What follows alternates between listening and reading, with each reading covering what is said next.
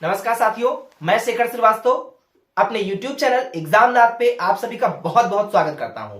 जी हाँ, बिल्कुल डेली की तरह आज आपके सामने फिर से हिंदी के कुछ प्रश्न जो कि हिंदी पुलिस कांस्टेबल परीक्षा में बहुत उपयोगी होने वाले हैं। कल आपको मैंने पार्ट 1 18 क्वेश्चंस दिए थे। आज मैं आपके सामने 19 प्रश्नों की श्रृंखला लेके आया हूं और उसको मैं शुरू करूं उससे पहले 4 लाइन कि काम करो ऐसा कि पहचान बन जाए, हर कदम ऐसा चलो कि निशान बन जाए। यहां जिंदगी तो हर कोई काट लेता है यार, अरे जिंदगी जियो इस कदर कि मिसाल बन जाए। जी हां, बिल्कुल आपको पूरी तरीके से अच्छे से ऐसी पढ़ाई पढ़नी है कि इस बार पुलिस कांस्टेबल परीक्षा जो है उसमें आपको पास आउट होना है। पुलिस की नौकरी इस बार लेके रहना है।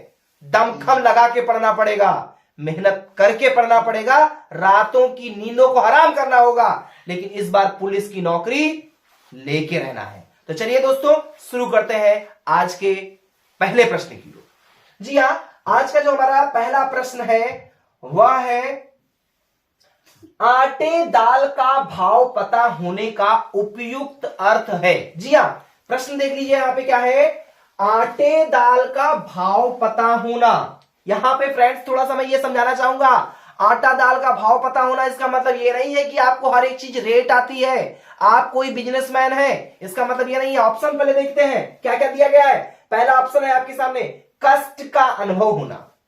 ऑप्शन बी है आपके सामने दाल की कीमत पता होना।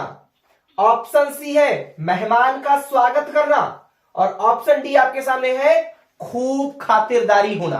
तो इसमें कौन सा विकल्प सही होगा, फटाफट आप लोग कमेंट बॉक्स में अपना उत्तर दे सकते हैं। जी हां, तो आटे दाल का भाव पता होना मतलब यहां पे है कष्ट का अनुभव होना। जी हां, कष्ट का अनुभव होना, क्योंकि आजकल किसी को घर पे बना करके और उसे खाना खिलाना अगर अपने पैसे से खिलाना पड़ता है ना दोस्तों, तो पता चलता है कि गरीबी क्या है बेरोजगारी। आज अगर बेरोजगारी से आपको दूर भागना है, अगर बेरोजगारी से चाहते हैं कि हमको छुटकारा मिल जाए, तो आपको इस बार मेहनत करनी होगी। बहुत ज्यादा दिन नहीं बचे हैं, संभवतः 18 फरवरी को पेपर होने वाला है और अब आपके सामने पूरे 1 महीने भी नहीं बचा है। अगर आपको इसमें सफलता अर्जित करनी है तो आपको मेहनत करना होगा।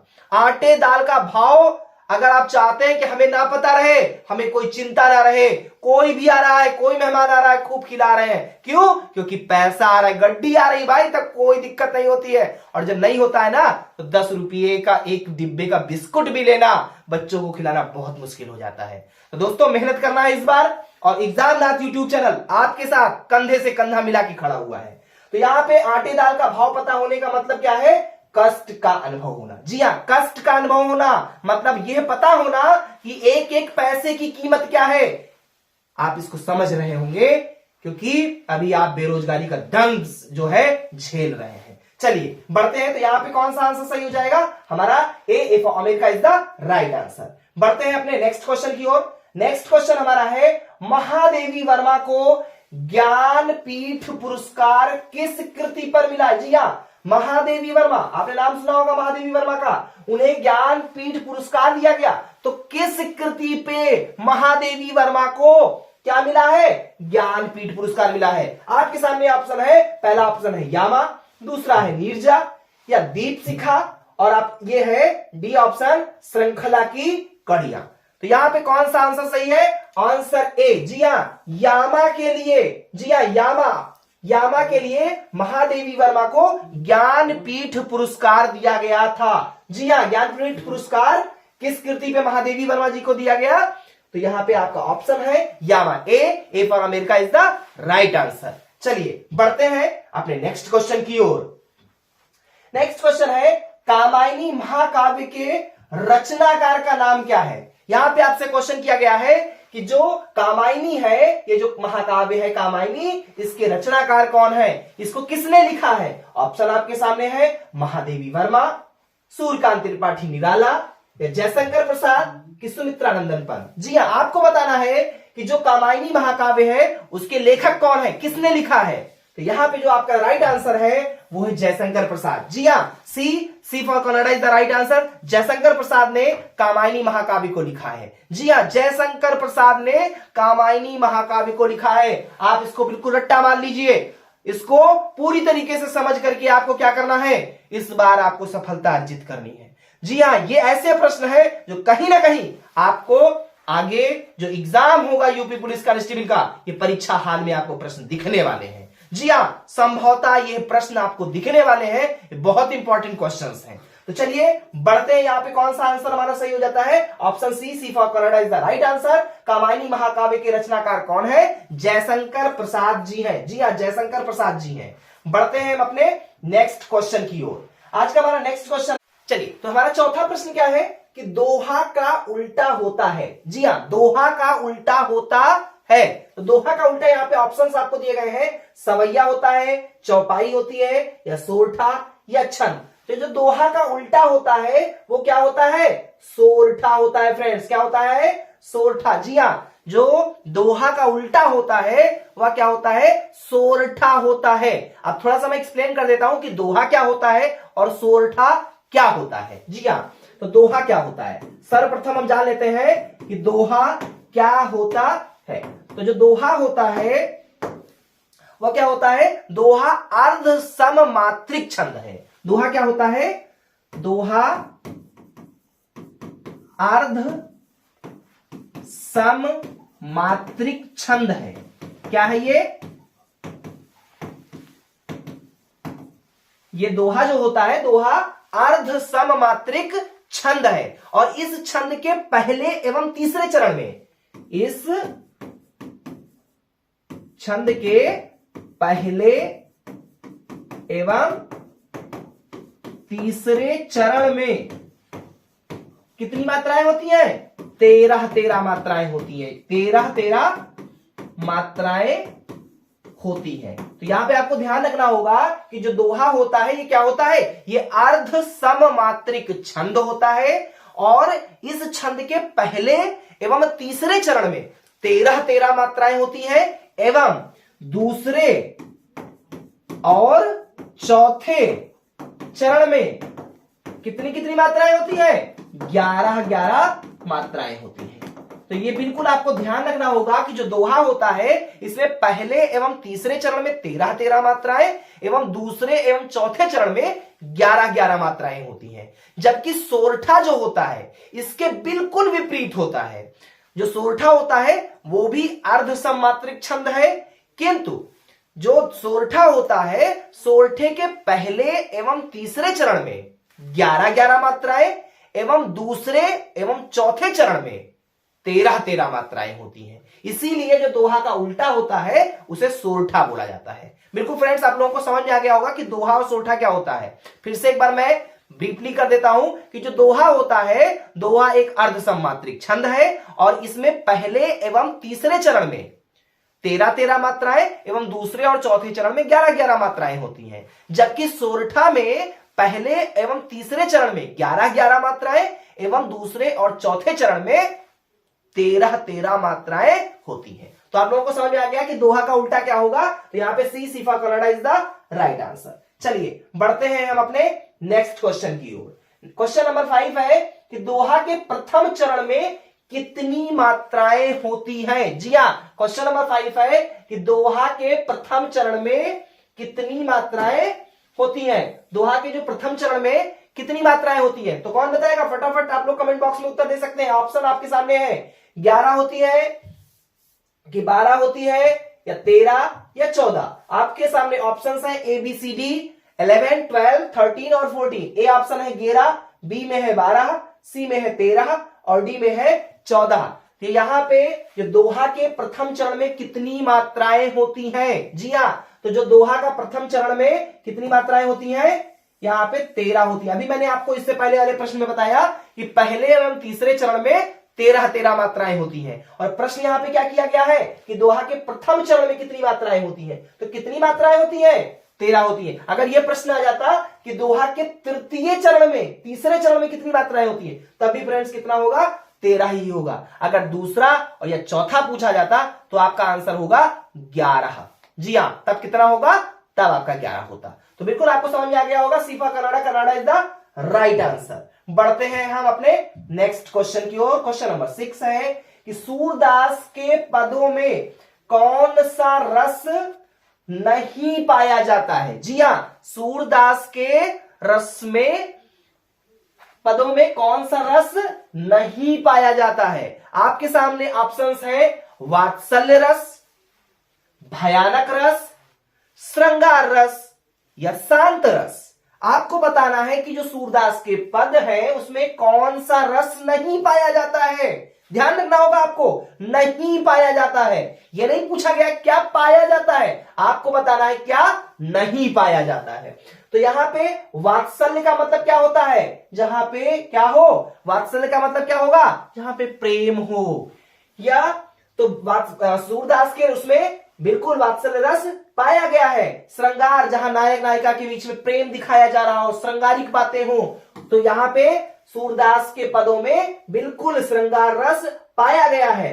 शांत रस भी सूरदास के पदों में पाया गया है। बट भयानक रस, जिस ऐसा पद, ऐसे दोहे, ऐसे छंद जिसको सुनने के बाद पसीने छूट जाएं, जिसको सुनने के ऐसा रस जो भयानक हो, काफी विभत्स हो, तो सूरदास जी ने भयानक रस नहीं किसी भी पद में लिखा है। मतलब सूरदास के पदों में भयानक रस नहीं पाया जाता है। और यहां पे प्रश्न ही क्या था कि सूरदास के पदों में कौन सा रस नहीं पाया जाता है? तो फ्रेंड्स ऑप्शन हमारा कौन सा सही होगा?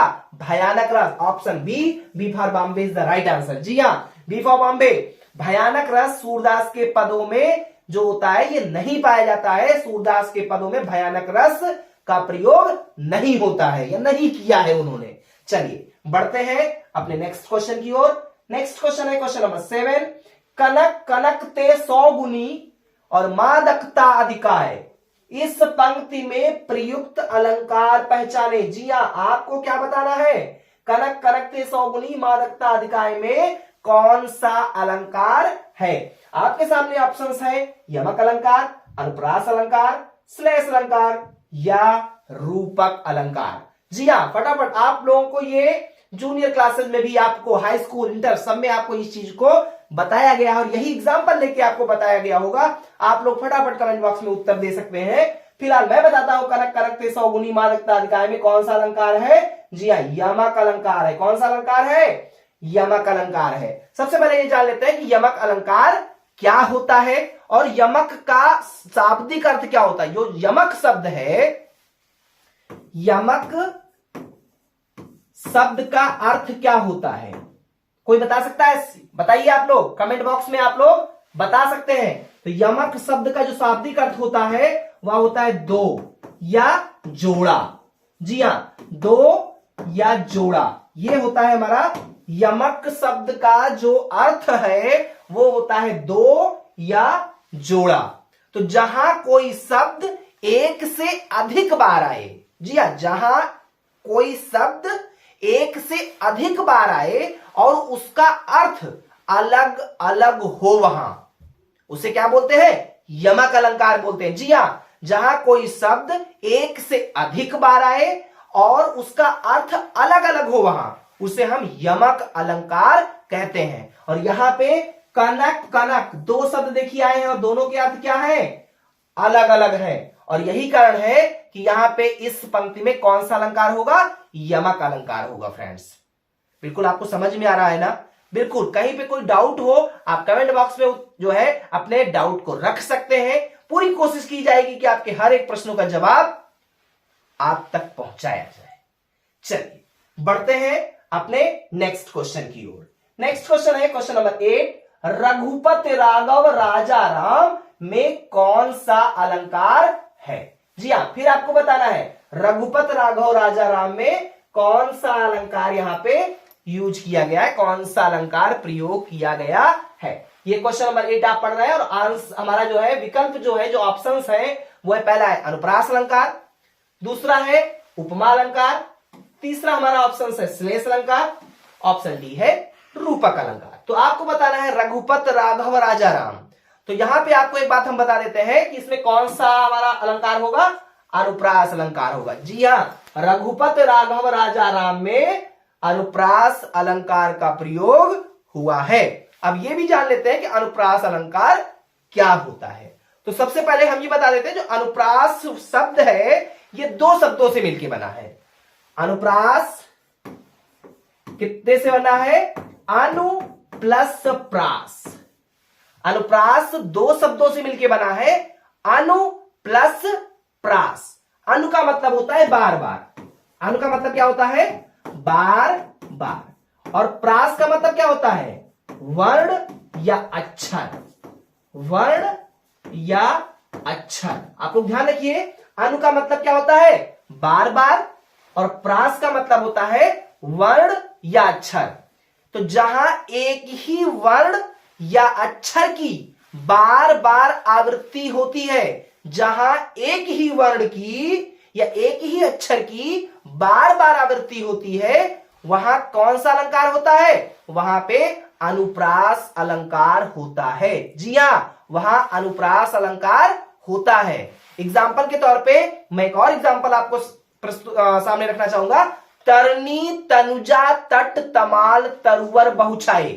अब यहां पे देख रहे हैं, तरनी ता, तनुजा ता, तट ता, तमाल ता, तरुवर ता। तो यहां पे जितने भी क्या है, एक ही वर्ण की बार बार पुनरावृत्ति हो रही, रिपीटेशन है लेटर्स का। और जब लेटर्स का रिपीटेशन होता है, जब वर्णों का पुनरावृत्ति होती है, जब अक्षरों की पुनरावृत्ति होती है, तो उसे क्या कहते हैं? उसे कहते हैं हम अनुप्रास अलंकार। तो रघुपत राघव राजा राम में कौन सा अलंकार होगा? जी हां फ्रेंड्स, अनुप्रास अलंकार होगा। ए for America, America is the right answer. चलिए बढ़ते हैं हम अपने नेक्स्ट क्वेश्चन की ओर। नेक्स्ट क्वेश्चन है हमारा, चलिए तो देखते हैं। हमारा नेक्स्ट क्वेश्चन है कि निम्नलिखित शब्दों में से एक वचन है। निम्नलिखित शब्दों में से एक वचन है। यहां पे आपके सामने चार ऑप्शंस हैं, आपको बताना है कि इन चारों ऑप्शंस में कौन सा शब्द एक वचन है। ऑप्शन आपके सामने है प्राण, दर्शन, होठ या तेल। तो जी हाँ, आपको बताना है कि इन जो चार शब्द हैं, इन चार शब्दों में एक वचन वाला शब्द कौन सा है, कौन से ऑप्शन में एक वचन वाला शब्द लिखा है। तो जो ऑप्शन डी है ये आपका क्या है? Is the right answer. जो हमारा डी ऑप्शन है ये सही है। तेल हमारा क्या होगा? तेल हमारा एक वचन शब्द है। जबकि दर्शन, प्राण, लोग, दाम, होठ, आंसू, अक्षत, ये सब हमारे क्या है? ये सब बहुवचन के शब्द हैं। मैं यहां पे लिख भी देता हूं, दर्शन। जी हां, दर्शन हमारा क्या है? ये हमारा बहुवचन का शब्द है। प्राण क्या है? ये बहुवचन का शब्द है। लोग क्या है हमारा? ये हमारा बहुवचन का शब्द है। दाम हो गया आपका, अक्षत हो गया, ये सभी वर्ड्स हमारे क्या है? ये सभी वर्ड्स हमारे बहुवचन में आते हैं। होठ या आंसू, ठीक है, ये सब हमारे बहुवचन में यूज होते हैं। तो आपको ध्यान रखना है कि यहाँ पे जो आपके चार ऑप्शन दिए गए थे उसमें तेल शब्द जो है वो एक वचन के रूप में प्रयोग होता है। तो D for Denmark is the right answer. चलिए बढ़ते हैं हम अपने नेक्स्ट क्वेश्चन की ओर। दूर से फेंक कर चलाया जाने वाला हथियार कहलाता है। जी हाँ, दूर से फेंक कर, जिसमें हाथों का प्रयोग ना हुआ हो। ऑप्शंस आपके सामने है, अस्त्र या अस्त्र, आयुध, शस्त्र या तलवार। तो अस्त्र, आयुध, शस्त्र या तलवार, ये चार ऑप्शंस हैं। और प्रश्न है आपसे कि दूर से फेंक कर चलाया जाने वाला हथियार को क्या कहा जाता है? तो जी हां, जो दूर से फेंक करके चलाया जाता है उसको क्या बोलते हैं? उसे अस्त्र बोला जाता है। जी हां, जो दूर से ही फेंक करके, जैसे एग्जांपल के तौर पे मिसाइल है, मिसाइल के तौर पे हथगोला है, ये आप हाथ में रख करके नहीं चलाते हैं, ये दूर से चलाया जाता है तो उसको अस्त्र बोलते हैं। और जिस चीज को हाथों में लेकर के चलाया जाता है, ऐसा हथियार जिसको हाथों में लेकर के प्रयोग किया जाता है, उसे क्या बोलते हैं? उसे बोलते हैं हम शस्त्र। जैसे तलवार, तलवार हाथ में ही तो लेकर के चलाया जाता है। अरे झांसी की रानी को आपने सुना होगा, झांसी की रानी तलवार को हाथ में लेके चलाती थी। वो शस्त्र कौन सा था झांसी की रानी के लिए? वो था हमारा तलवार। और तलवार क्या है? ये शस्त्र है। महाराणा प्रताप का नाम सुना होगा। महाराणा प्रताप किस शस्त्र का प्रयोग करते थे? भाला का प्रयोग करते थे। जी हाँ, तो वो क्या था? वो अस्त्र नहीं था, वो शस्त्र था। महाराणा प्रताप किस शस्त्र का प्रयोग करते थे? वो करते थे भाले का। जबकि झांसी की रानी किस शस्त्र का प्रयोग करती थी? तो वो करती थी तलवार। आपको ध्यान रखना होगा अस्त्र और शस्त्र में अंतर क्या है। जो अस्त्र होता है वो हाथों में लेकर के नहीं प्रयोग किया जाता है, जबकि शस्त्र को हाथों में लेकर के प्रयोग किया जाता है। पूरी तरीके से आपको कॉन्सेप्ट क्लियर हुआ? तो आपको दूर से फेंक करके चलाया जाने वाला जो हथियार होता है उसको क्या बोलते हैं? उसे हम बोलते हैं अस्त्र। चलिए बढ़ते हैं हम अपने नेक्स्ट क्वेश्चन की ओर। नेक्स्ट क्वेश्चन हमारा है कि वह धीरे धीरे चल रहा है, रेखांकित शब्द को पहचानिए। आपको बताना है कि जो ये रेखांकित शब्द है, कौन सा रेखांकित शब्द है? यही धीरे धीरे। ये क्या है? क्रिया है, संज्ञा है, क्रिया विशेषण है या सर्वनाम है? तो जी हां, ये जो वह धीरे धीरे चल रहा है ये क्रिया विशेषण है, क्योंकि ये क्रिया की विशेषता बता रहा है। वो चल तो रहा है लेकिन कैसे चल रहा है? धीरे धीरे चल रहा है। वो चल रहा है, बिल्कुल सही है, वो चल रहा है, लेकिन चल कैसे रहा है भाई? तो वो चल रहा है, धीरे धीरे चल रहा है। तो जो धीरे धीरे चल रहा है तो ये क्रिया की विशेषता बताई गई, इसीलिए क्या हो जाएगा? ये हो जाएगा क्रिया विशेषण हो जाएगा। जी हाँ, ये क्रिया विशेषण क्यों होगा? क्योंकि क्रिया की विशेषता बताई गई है। वो चल रहा है, कैसे चल रहा है? धीरे धीरे चल रहा है। तो जो धीरे धीरे चल रहा है तो ये क्रिया की विशेषता बताई गई है, और जब क्रिया की विशेषता बताई गई है तो क्या होगा? क्रिया विशेषण ही तो होगा। बिल्कुल, C for Canada is the right answer. बिल्कुल आपको समझ में आ रहा होगा। चलिए बढ़ते हैं हम अपने नेक्स्ट क्वेश्चन की ओर। नेक्स्ट क्वेश्चन है सिंगार शब्द का तत्सम है। सिंगार शब्द का तत्सम है। जी हाँ, कल जो मैंने प्रैक्टिस सेट कराया था उसमें तत्सम और तद्भव को मैंने एक्सप्लेन किया था। तो यहाँ पे मैं बहुत ज्यादा एक्सप्लेन नहीं करता हूं, हमारी लास्ट वीडियो को आप देख सकते हैं, उसमें तत्सम और तद्भव को मैंने बहुत ही अच्छे से डिस्क्राइब किया था उस प्रैक्टिस सेट में, जो कि हमारा प्रैक्टिस सेट 1 पार्ट 1 के नाम से आप यूट्यूब पे सर्च कर सकते हैं। वहां पे आपको वो वीडियो मिल जाने वाली है, हमारी प्लेलिस्ट को आप चेक कर सकते हैं। तो चलिए यहाँ पे आपके सामने ऑप्शंस है। ए है श्रृंगार, इस तरीके से लिखा जाएगा, इस तरीके से लिखा जाएगा, या ये सिंगार लिखा जाएगा। तो यहां पे जो हमारा राइट आंसर है वो है ऑप्शन सी, श्रृंगार कैसे लिखा जाता है, ये हमारा सही आंसर है। तो आप लोग देख सकते हैं C is the right answer. C for Canada is the right answer. सिंगार शब्द का तत्सम क्या है? तो ये तत्सम शब्द ये श्रृंगार है, ऐसे लिखा जाएगा। आप लोगों को समझ में आ रहा है ना? चलिए, बिल्कुल समझ में आना चाहिए, बिल्कुल समझ में आना चाहिए। नेक्स्ट क्वेश्चन है वह सममात्रिक छंद जिसके प्रत्येक चरण में 24 मात्राएं हो तथा प्रत्येक चरण में 11वीं एवं 13वीं मात्रा पे यति होती है। जी हां, यति होती है। कौन सा छंद कहा जाएगा? तो कौन सा छंद कहा जाएगा? रोला कहा जाएगा, सोरठा कहा जाएगा, सवैया कहा जाएगा, या कवित्त कहा जाएगा? तो जी हाँ, उसको क्या बोलते हैं? रोला बोला जाता है। रोला किसको बोलते हैं? वह सममात्रिक छंद जिसके प्रत्येक चरण में 24 मात्राएं होती है तथा प्रत्येक चरण में 11वीं एवं 13वीं मात्रा पे यति होती हो, उसे हम क्या बोलते हैं? उसे हम दोस्तों बोलते हैं रोला। जी हाँ, उसको क्या बोलते हैं? रोला। तो यहां पे कौन सा ऑप्शन सही हो जाएगा? ए for America is the right answer. चलिए बढ़ते हैं अपने नेक्स्ट क्वेश्चन की ओर। नेक्स्ट क्वेश्चन हमारा है सुख दुख के बीच लगने वाला चिन्ह है। ये जो चिन्ह ये देख रहे हैं आप, ये ऐसे माइनस की तरह लगा हुआ है, तो इस चिन्ह को क्या बोला जाता है? निर्देशक चिन्ह बोलते हैं, योजक चिन्ह बोलते हैं, विवरण चिन्ह बोलते हैं, या अपूर्ण विराम बोलते हैं? जी हाँ, क्या बोलते हैं? तो यहां पे हम इसको बोलते हैं योजक चिन्ह। जी हाँ, जो सुख या दुख, जैसे आप लिखते हैं माता पिता, तो माता पिता के बीच में आपने देखा होगा डैश लगा हुआ, उसको हम हिंदी में क्या बोलते हैं? उसे हम बोलते हैं योजक चिन्ह। तो B for Bombay is the right answer. चलिए बढ़ते हैं हम अपने नेक्स्ट क्वेश्चन की ओर। और अब हमारा क्वेश्चन नंबर 15 से क्वेश्चन नंबर 19 तक, 15 से लेके 19 तक, ये है हमारा पैसेज से रिलेटेड है। एक पैसेज है और उन पैसेज से रिलेटेड आपके सामने 5 प्रश्न है। जो पैसेज आप पढ़ करके और उसके आपको फिर जो क्वेश्चंस दिए गए होंगे उसके आंसर आपको देने हैं। तो हम पैसेज बहुत तेजी के साथ पढ़ते हैं और उसके बाद उन प्रश्नों की ओर हम देखते हैं जो हमारे प्रश्न दिए गए हैं उसके आंसर्स क्या होंगे। इसी पैसेज से आपको तलाशना होगा। हमारा पैसेज है कि भारत का गौरव बढ़ाने वाले महानुभावों में रविन्द्रनाथ टैगोर का स्थान अग्रगण्य है। उनका जीवन सदैव प्रेरणादायी है। उनका जन्म 7 मई 1861 को कलकत्ता के एक बंगाली परिवार में हुआ था। उनके पिता का नाम देवेंद्रनाथ और माता का नाम शारदा देवी था। उनके पिता ब्रह्म समाज के नेता थे। जी हाँ, ये क्या थे? ब्रह्म समाज के नेता थे, वह महान कवि, कहानीकार, गीतकार, चित्रकार, संगीतकार, नाटककार एवं सच्चे देशभक्त थे।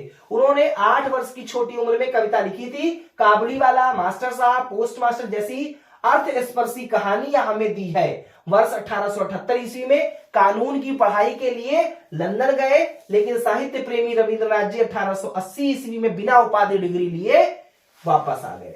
प्रकृति के प्रेमी रविंद्रनाथ जी ने शांति निकेतन की स्थापना की। 16 अक्टूबर 1905 को उनके नेतृत्व में कलकत्ता में रक्षाबंधन का उत्सव से बंग भंग आंदोलन का आरंभ हुआ। इसी आंदोलन से भारत में स्वदेशी आंदोलन का सूत्रपात हुआ। उनकी सबसे लोकप्रिय रचना गीतांजलि रही, जिसके लिए वर्ष 1913 में उन्हें नोबेल पुरस्कार दिया गया। जी हाँ, किसके लिए? 1913 में दिया गया। और किसके लिए दिया गया है? गीतांजलि के लिए दिया गया। वर्ष 1919 में हुए जलियांवाला बाग हत्याकांड की उन्होंने भरपूर निंदा की थी। उनका विरोध इतना तीव्र था कि उन्होंने नाइटहुड, जी हाँ, रविन्द्रनाथ टैगोर को एक उपाधि दी गई थी नाइटहुड की, जिसकी उपाधि उन्होंने वापस लौटा दी थी। और भारत का जो राष्ट्रगान जनगण मन है और बांग्लादेश का जो राष्ट्रीय गीत है आमार सोनार बांग्ला, उनकी ही रचना है। जी हाँ, रविंद्रनाथ टैगोर जी की ही रचना है। सर्वतोमुखी प्रतिभा रखने वाले रविंद्रनाथ जी का निधन 7 अगस्त 1941 को कोलकाता में हुआ। उनका जीवन सदैव पथ प्रदर्शक है। अब यहाँ पे प्रश्न है, जनगण मन राष्ट्रगान के रचनाकार कौन है? जी हाँ, जनगण मन। यहाँ पे ऑप्शंस, पहला ऑप्शन आपके सामने क्या है? तो पहला ऑप्शन आपके सामने है रविंद्रनाथ टैगोर, दूसरा है बंकिम चंद्र, और उसके बाद है हरिवंश राय बच्चन जी, और फिर है सरोजनी नायडू। थोड़ा सा यहाँ पे आपको टाइपिंग मिस्टेक है, इरर हुआ है, फिर भी आपको समझ में आ गया होगा। ये रविंद्रनाथ टैगोर है, बंकिम चंद्र चटर्जी है, हरिवंश राय बच्चन जी है और सरोजनी नायडू। ये 4 ऑप्शंस आपको दिए गए हैं। तो यहाँ पे जो जनगण मन है उसके राष्ट्रगान के रचनाकार कौन है? अभी पूरा हम लोगों ने पैसेज पढ़ा कि रविंद्रनाथ टैगोर ने भारत का राष्ट्रगान और जो बांग्लादेश का राष्ट्रीय गीत है आमार सोनार बांग्ला, उस दोनों को लिखा है। चलिए बढ़ते हैं हम अपने नेक्स्ट क्वेश्चन की ओर। नेक्स्ट क्वेश्चन है, नाइटहुड की उपाधि रविंद्रनाथ जी ने क्यों लौटा दी थी? पहला ऑप्शन है उन्हें वह उपाधि पसंद नहीं आई थी या उन्हें पसंद नहीं थी। दूसरा ऑप्शन है जलियांवाला बाग हत्याकांड के विरोध में, या तीसरा है बंग भंग आंदोलन के विरोध में, या ब्रिटिश शासन ने उनसे क्या लिया था? उनसे ले ली थी, ब्रिटिश शासन ने जबरदस्ती उनसे वापस ले ली थी। तो नाइटहुड की उपाधि रविंद्रनाथ टैगोर ने क्यों वापस की? क्योंकि उन्हें पसंद नहीं था कि जलियांवाला बाग हत्याकांड के कारण, या हम जो है बात करें बंग भंग आंदोलन के विरोध में, या ब्रिटिश शासन ने उनसे ले ली थी। तो जी हाँ, यहाँ पे अगर हम आपको पैसेज दिखाते हैं कि उन्होंने क्यों वापस किया था, देख लीजिए। यहाँ पे जलियांवाला वर्ष 1919 में जलियांवाला बाग हत्याकांड की उन्होंने भरपूर निंदा की। उनका विरोध इतना तीव्र था कि उन्होंने नाइटहुड की उपाधि लौटा दी। जी हाँ, जलियांवाला बाग जो हत्याकांड था इसके कारण ही, ये देख सकते हैं आप, जलियांवाला बाग हत्याकांड के विरोध में ही उन्होंने कहा किया था नाइटहुड की उपाधि लौटा दी थी। जी हाँ, उन्होंने खुद स्वयं से इतनी हिम्मत नहीं थी कि अंग्रेज छीन लेते। खुद रविंद्रनाथ टैगोर जी ने क्या किया था? नाइटहुड की उपाधि वापस कर दी थी। किसके विरोध में? जलियांवाला बाग हत्याकांड। जी हां, जलियांवाला बाग हत्याकांड कब हुआ था? 13 अप्रैल 1919 को घटना हुई थी, जब जनरल डायर ने निहत्ते भारतीयों पर गोलियां चलवाई थी। अरे दम होता अगर हमारे हाथ में भी हथियार होते। और एक समय भी आया जब उधम सिंह लंदन जा करके जनरल डायर को उसकी औकात दिखा के आया था। तो ऐसा नहीं था, निहत्थे भारतीयों पे जब जलियांवाला बाग हत्याकांड हुआ तो उसके विरोध में रविंद्रनाथ टैगोर ने क्या किया था? अपनी नाइटहुड की उपाधि वापस कर दी थी। चलिए, तो आप लोगों को समझ में आ गया यहाँ पे कौन सा ऑप्शन सही होगा? यहाँ पे आपका ऑप्शन सही होने वाला है, जलियांवाला बाग हत्याकांड के विरोध में उन्होंने नाइटहुड की उपाधि वापस कर दी थी। चलिए बढ़ते हैं अपने नेक्स्ट क्वेश्चन की ओर। नेक्स्ट क्वेश्चन हमारा क्या है? रविंद्रनाथ टैगोर की कौन सी रचना को नोबेल पुरस्कार प्राप्त हुआ है? जी हाँ, नोबेल पुरस्कार कौन से प्राप्त हुआ है? काबुलीवाला को, मास्टर साहब को, पोस्ट मास्टर को, या गीतांजलि को? जी हाँ, गीतांजलि को। यहां पे option D is the right answer. Gitanjali को नोबेल पुरस्कार प्राप्त हुआ था। और कब प्राप्त हुआ है यहां पे मैं डेट भी बताना चाहूंगा, वो सन भी हम बताना चाहूंगा। 1913 में 1913 में नोबेल पुरस्कार प्राप्त हुआ है गीतांजलि के लिए। किसको? रविंद्रनाथ टैगोर जी को। रविंद्रनाथ टैगोर ने ही जन गण मन, जो भारत का राष्ट्रगान है और जो बांग्लादेश का राष्ट्रीय गीत है आमार सोनार बांग्ला, उसकी भी उन्होंने रचना की है। चलिए बढ़ते हैं हम अपने नेक्स्ट क्वेश्चन की ओर। नेक्स्ट क्वेश्चन हमारा क्या है, रविंद्रनाथ टैगोर का जन्म कब और कहां हुआ था। जी हाँ, आपको बताना है रविंद्रनाथ टैगोर का जन्म कब और कहां हुआ था। 7 मई 1861 को कलकत्ता में हुआ, कि 2 अक्टूबर 1861 में गुजरात में हुआ, 14 नवंबर 1869 में इलाहाबाद में हुआ, या 5 सितंबर 1889 को उत्तर प्रदेश में हुआ। तो यहां पे पूछा गया रविंद्रनाथ टैगोर का जन्म कब हुआ। यहां पे हम आ जाते हैं अपने पैसेज पे, और उनका जन्म कब हुआ, तो 7 मई 1861 को कलकत्ता में हुआ। जी हाँ, 7 मई 1861 को कलकत्ता में, 7 मई 1861 को कहां पे हुआ, कलकत्ता में यहां पे हुआ। तो ऑप्शन कौन सा सही हो जाएगा, option A is the right answer. 7 मई 1861 में और कलकत्ता में रविंद्रनाथ टैगोर जी का जन्म हुआ था। चलिए बढ़ते हैं हम अपने नेक्स्ट क्वेश्चन की ओर। नेक्स्ट क्वेश्चन है क्वेश्चन नंबर 18, उनके पिता कौन से समाज के नेता थे। उनके पिता जो है वो कौन से समाज के नेता थे। यहां पे हम फिर से आपको पैसेज की ओर लेके चलेंगे, आपको पैसेज देखना होगा वो किस समाज के नेता थे। यहां पे आप जब देखते हैं नेतृत्व में उनका किया गया पुरस्कार, नोबेल पुरस्कार दिया गया। यहां पे अभी आपने पढ़ा था कि उनके पिता, जी हाँ यहां पे देख सकते हैं, उनके पिता ब्रह्म समाज के, कहां के, ब्रह्म समाज के नेता थे। जी हाँ, ब्रह्म समाज के नेता थे। तो आपका जो क्वेश्चन नंबर 18 है, सॉरी, हाँ, उनके पिता कौन से समाज के नेता थे, तो कौन से समाज के नेता थे, जी हाँ, ये हमारा आंसर हो जाएगा, ब्रह्म समाज के नेता थे।